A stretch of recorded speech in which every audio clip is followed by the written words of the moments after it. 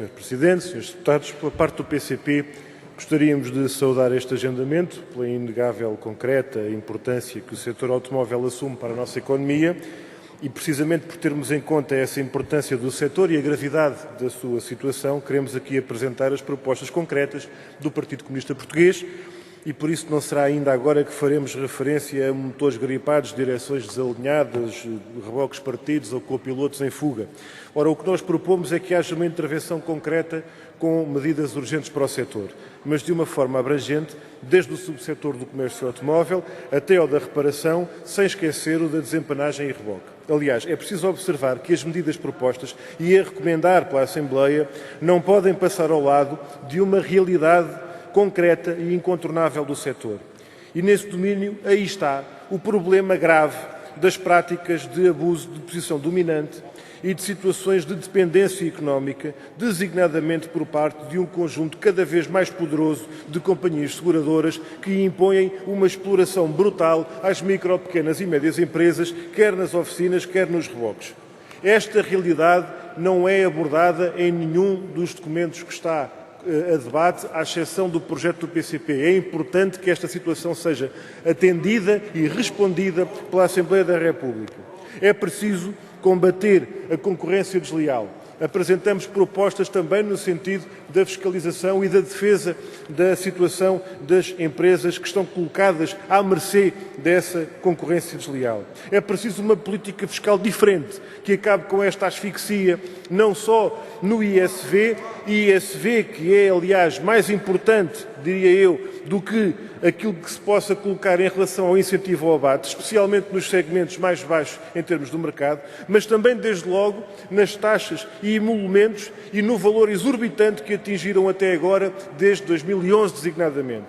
Aliás, é isto, em larga medida, que influencia os problemas no registro automóvel, porque se os valores fossem mais baixos do que aqueles que foram colocados por este Governo e pelo Governo anterior, salvo erro, com os PECs, a situação seria significativamente diferente. Não é tanto a questão do atraso, é mais a questão concreta do valor exorbitante das taxas e emolumentos, que é uma questão concreta que é preciso atender e responder de forma efetiva, não com uma pequena redução simbólica, mas com uma redução significativa, e é aqui que nós queremos deixar, senhores deputados do PSD, não se indignem. E há um nós queremos de reforma de Estado para apresentar no dia 15. Nós queremos apenas deixar aqui a referência para que no futuro não haja alguém a dizer que foi revisto em baixa o valor das taxas e emolumentos, sendo que essa diminuição fosse residual. É preciso desenvolver uma política económica que promova o poder de compra das pessoas. E esta é uma questão central para o setor automóvel. Não vale a pena estarmos com paliativos enquanto as pessoas continuarem com os carros a apodrecer à porta porque não têm como colocar o carro na reparação.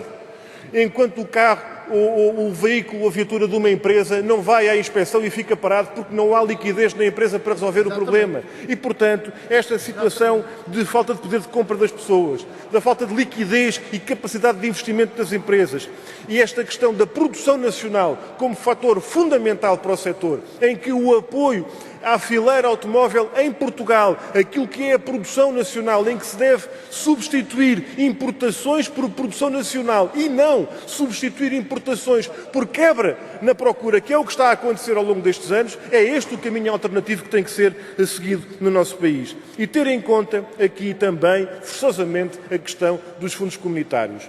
Finalmente, mas não menos indispensável, é preciso ouvir o setor, dialogar com o setor.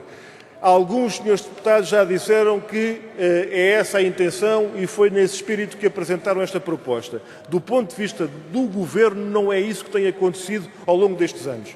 Senhor Presidente, senhores deputados, termino dizendo que o PCP manifesta toda a abertura e empenho para um trabalho de debate, construção de um texto comum que responda de forma concreta e efetiva à realidade gritante do setor.